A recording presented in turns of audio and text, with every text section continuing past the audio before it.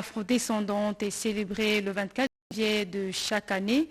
Des nombreuses cultures vivantes du continent africain et de ses diasporas dans le monde entier. Le premier comme un levier efficace au service du développement durable, dialogue et de la paix en République démocratique du Congo. Cette cérémonie s'est déroulée au Musée national en présence du chef de l'État congolais Félix-Antoine Tshisekedi Tshilombo. Vous l'avez suivi tout à l'heure sur nos antennes, les détails dans nos prochaines éditions d'information. Et c'était il y a 3 ans. La République démocratique du Congo écrivait la plus belle histoire depuis son accession à l'indépendance. 24 janvier 2019, premier transfert pacifique du pouvoir. Joseph Kabila a cédé le bâton de commandement à son successeur Félix-Antoine Tshisekedi Tshilombo, fils d'un vieil opposant Étienne Tshisekedi. Les Congolais se souviennent de cette alternance du pouvoir. Le point avec la presse présidentielle. Tshisekedi Tshilombo Félix-Antoine, élu président de la République démocratique du Congo. Je jure solennellement devant Dieu et la nation d'observer et de défendre la Constitution et les lois de la République, de maintenir son indépendance et l'intégrité de son territoire, de sauvegarder l'unité nationale, de ne me laisser guider que par l'intérêt général et le respect des droits de la personne humaine, de consacrer toutes mes forces à la promotion du bien commun et de la paix, de remplir loyalement et en fidèle serviteur du peuple les hautes fonctions qui me sont confiées. Je donne acte de votre prestation de serment en qualité de président de la République démocratique du Congo et vous présente ces très sincères félicitations, Excellence. 20 ensuite, le grand moment de passation de pouvoir. Le président sortant Joseph Kabila Kabange remet l'étendard au président entrant Félix-Antoine Tshisekedi Tshilombo qui reçoit ensuite du président de la Cour constitutionnelle la Constitution et les armoiries de la République. Dans son discours d'investiture, le 5e président de la République démocratique du Congo salue la volonté commune du peuple congolais exprimée aux urnes. Sa victoire à l'élection présidentielle n'est pas celle d'un camp contre les autres. Il s'est prononcé en faveur d'un Congo de réconciliation, un Congo qui exclut la haine, le tribalisme, un Congo fort tourné vers le développement où chacun mérite sa place. C'est dans cette optique que le président Félix-Antoine Tshisekedi Tshilombo a pris l'option d'engager la RDC dans un combat pour le mieux-être de chaque citoyenne, chaque citoyen. Entretien du président de la République avec une forte délégation des étudiants issus des 26 provinces du pays à la Cité de l'Union africaine. Le week-end dernier, rencontre à tonalité sociale avec l'amélioration de leur quotidien très difficile. Félix-Antoine Tshisekedi s'engage à agir pour trouver des solutions rapides et pérennes. Détails et explications dans ce reportage.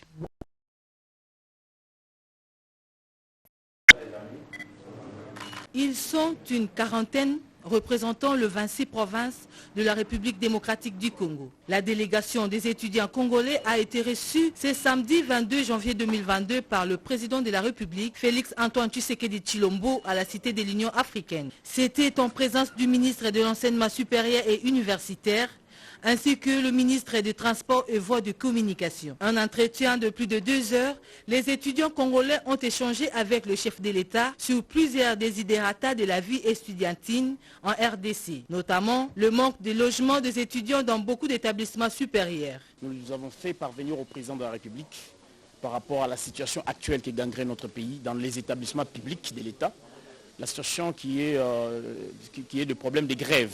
Cette grève qui est observée dans toutes les universités du pays. Nous avons expliqué au président que cette grève demandait vraiment l'implication personnelle du père de la nation, du président de la République. En ce qui concerne les transacadémiens, vous savez que c'était une promesse. Aujourd'hui, c'est une réalisation, c'est une réalité. Cette promesse, elle est concrétisée. Et nous avions même demandé à ce que nos amis des établissements privés soient également bénéficiaires de ces transacadémiens et que ces bis puissent servir aussi tous les étudiants qui sont en province. En bon père, Le garant de la nation s'est montré très attentif et réceptif aux préoccupations des étudiants congolais. Rassuré de cet entretien, la délégation des étudiants congolais s'est dit satisfaite des échanges si fructueux avec le président de la République, Félix Antoine Tshisekedi. Il remercie par ailleurs le chef de l'État pour avoir tenu à sa promesse, celle de doter le bus pour la mobilité des étudiants congolais. On en vient maintenant à cette priorité du ministre de la Communication et Médias, le secteur de communication qui demeure au cœur des préoccupations de l'État. C'est dans ce sens que seront ouverts les États généraux de la communication et médias ce mardi 25 janvier 2022.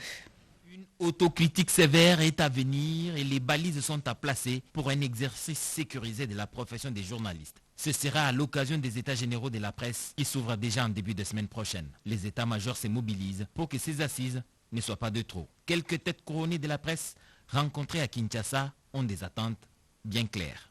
Aujourd'hui, il y a donc un binôme qu'il faut équilibrer entre la défense des intérêts stratégiques de l'État congolais et la promotion de la liberté de presse. Nous avons tendance à voir que la promotion de la liberté de presse, c'est comme si elle pouvait se faire même contre les intérêts stratégiques de l'État. Les médias doivent réfléchir et s'insérer dans la gouvernance générale. Ce n'est pas du tout une inféodation. L'État congolais, c'est le seul cadre dans lequel nous pouvons exprimer nos talents. Si le Congo disparaît, il n'y aura pas donc de journalistes. Parmi les recommandations qu'on peut avoir, c'est celles qui vont aller vers une influence sur les pouvoirs publics afin d'accélérer le processus de la formalisation de ce qu'il y a comme loi. D'abord les lois. Qu'est-ce que les professionnels peuvent apporter comme innovation pour que les lois qui soient en cours d'examen au niveau du Parlement soient finalement examinées et adoptées. La deuxième chose, c'est que les États généraux sont conçus comme un cadre pour penser les plaies au sein de la profession. Aujourd'hui, c'est n'importe qui s'improvise et donc n'importe qui peut s'introduire dans la profession pour opérer. Est-ce qu'il n'y a pas de loi? Est-ce qu'on respecte les normes d'éthique et de déontologie? Il faudra aussi imaginer des formules pour soutenir économiquement et financièrement les médias. C'est un véritable challenge pour tous ceux qui prendront part à ces États généraux et ceux qui vont avoir la responsabilité de mettre en œuvre les recommandations. Il s'appelait Médard Mbouyal Junior, âgé de 17 ans, fils du journaliste Médard Mbouyal de la RTNC. Il a été abattu le samedi dernier à Kintambo, une vie fauchée, à cause du manque de professionnalisme et l'imprudence des gardes commis à la sécurité générale. La CD Kenina Bobette Yenga et Jean-René Kabamba nous retracent les faits. Il a trouvé la mort dans des circonstances troubles. Médard Mbouyal Junior, 17 ans seulement, à fleur d'âge, fils du journaliste de la RTNC Médard Mbouyal Mongal, s'est vu arracher brutalement de l'affection des siens par un tir à bout portant d'un élément de la police commis à la garde du général Pondou.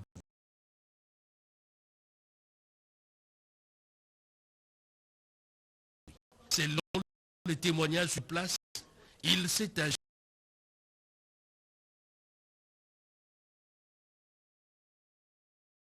d'une poursuite engagée contre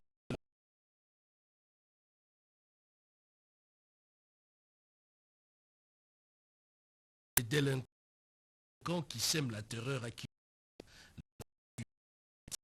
pour s'acheter des crédits pour effectuer ses communications se retrouvent comme par malheur dans la cohue et tentent d'en...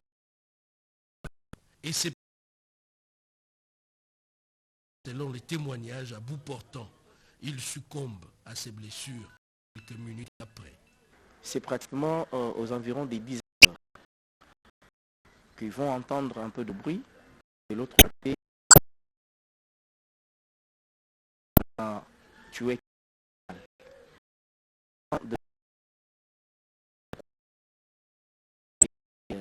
vers là où il y avait la foule, il va se rendre compte que la personne qui était par terre, c'était son jeune frère, qui a été par...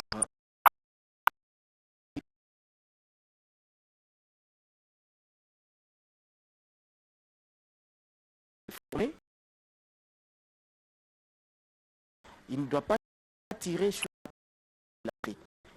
Il a tiré, lui, de tirer en l'air, peut-être pour mais lui a tiré, comprenant qu'il avait l'intention